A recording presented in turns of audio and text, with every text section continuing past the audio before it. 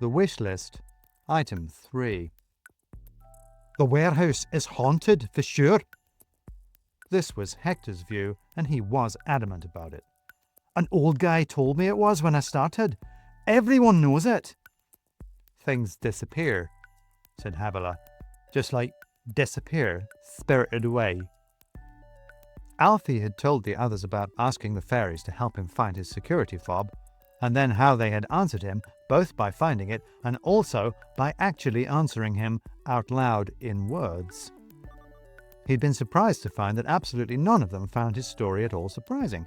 Apparently everyone had stories about things mysteriously vanishing or appearing inside the warehouse, and everyone had a theory about it. Some of these theories were more reasonable than others. Roshni, for example, was simply convinced that one of her co-workers was a thief and had added a padlock to her locker, even though it could only be opened with a combination anyway. But then someone had opened Alfie's locker to return his security fob, so maybe she had a point. Most of the theories, though, were more outlandish and therefore more entertaining. The packing station was an excessively boring job, and they needed all the entertainment they could get. It's unusual to have ghosts in such a new building, said Alfie. There's not much history here, is there? I heard somebody died when they were building it, said Hector. Alfie had the distinct impression that Hector had heard nothing of the kind and was in fact just making it up as he went along. He fell into the foundations when they were still wet and drowned in the concrete, and they just carried on building on top of him. No one noticed he was gone till clocking off time. Maybe he just quit and didn't tell anyone, said Havila. I know how he feels.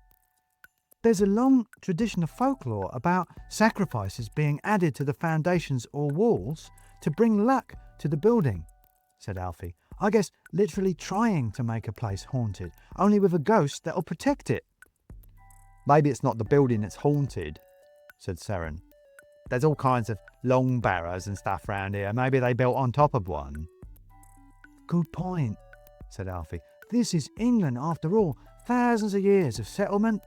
Long barrows, Roman villas, Viking raids, medieval battles, the Reformation, the Civil War. The size of this warehouse must cover a good deal of history. You could get a ghost from any of it.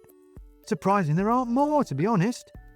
Long barrows are where fairies live, said Seren. You said it was fairies. Well, there's considerable overlap with all spirits, isn't there? Said Alfie. Are elves the spirits who live under the hills? Or the dead buried in their mounds? Or both? You're all daft, said Todd. This was the first time Alfie had heard him say anything. Ghosts and fairies. Daft. Todd stood up, finishing his coffee, and threw the disposable cup in the wrong bin on his way out. It's just kids, he said over his shoulder as he left. Breaking in, nicking stuff. Who wouldn't? Everything you could want in here. Back at his station, folding and packing the cardboard boxes, it was what Todd had said that Alfie couldn't shake. Alfie was predisposed to like ghosts and fairies, unlikely stories and ancient tales. He had always loved that stuff ever since he was a little boy, and now he was studying folklore as part of his degree. He thought about little else. However, while he loved it all and knew it all, he believed none of it. He wanted to believe, but he couldn't.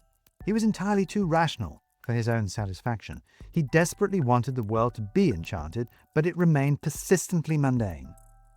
He had never seen a ghost, photographed a fairy, glimpsed a cryptid in the mist. He had never so much as walked through a sudden patch of cold air or witnessed an unexplained atmospheric anomaly. It was also terribly dull. He was disappointingly sure, for example, that fairies did not answer your thanks with a polite, "You're welcome," like the voice he had heard. He thought about that voice. It had come from above, up in the rafters of the warehouse. He glanced up for a moment, thereby disrupting his rhythm and accidentally sending a parcel from one end of the country to the other. The whole of the roof of the warehouse was one big open space full of crisscrossing girders. On the human side of the building, there were rooms, like the staff changing rooms and break rooms, but a lot of these didn't have ceilings, just story-high walls open to the air. Some sections did, but they were just little boxes inside the expanse of the warehouse. None of them actually reached up to the roof. In the rest of the building, where only robots went, the shelves reached 2 stories high and just stopped, with nothing above them but the rafters receding away in an unlit gloom. There was a lot of empty space up there, and through it you could reach every corner of the warehouse, and as Todd had pointed out, there was everything you could want in there. What if he was right, and someone had broken in? Why would that someone ever have to leave? The goods and wonders of the entire world flowed into this building, not just everything you could want, but things you hadn't yet dreamed of wanting, things you couldn't even yet imagine. More importantly, though, the things you'd need too. Food, mostly snacks, mostly preserved, a lot in catering sizes. Drink, mostly carbonated, mostly flavored, all free. Clothing, mostly cheaply made, mostly badly designed, but in overwhelming amounts. Toiletries, medicines, entertainment. Everything you would need to survive. You could live here, he suddenly realized. You could live in the warehouse. So maybe somebody was. And not a thief, as Roshni thought, and not kids, as Todd thought. The voice he had heard was an older man, he was sure of it, and that voice had found and returned the security fob he had been looking for. Alfie had asked politely for help, and the voice had, politely, helped him. A grown, polite voice, then. Somehow, this was more amazing than the ghosts and fairies to Alfie, a modern-day hermit living unseen in the middle of the world. An outlaw hiding in the corporate domain like Robin Hood in the king's forest. He liked this voice already, admired it, wanted to do something for it. But what? The voice had the resources of the whole world to call on, after all. Alfie tried to think of what you might need hiding out in a vast, cold warehouse. And then, on his lunch break, ordered a premium delivery from Stocking.Christmas, a heated camping shower. It had an element in it that heated cold water from any source. It took a good chunk of his first week's pay, but then Alfie had never been very good at budgeting. This was why he was having to work a Christmas job. The delivery was waiting for him at the front desk at leaving time. He took it and headed back to the staff changing rooms. He locked himself in a lavatory cubicle and waited for everyone to leave. What was the one facility that you couldn't order through Stocking.Christmas? A plumbed-in, flushing lavatory. He was sure that if someone was living in the warehouse, they had to be using the staff loos.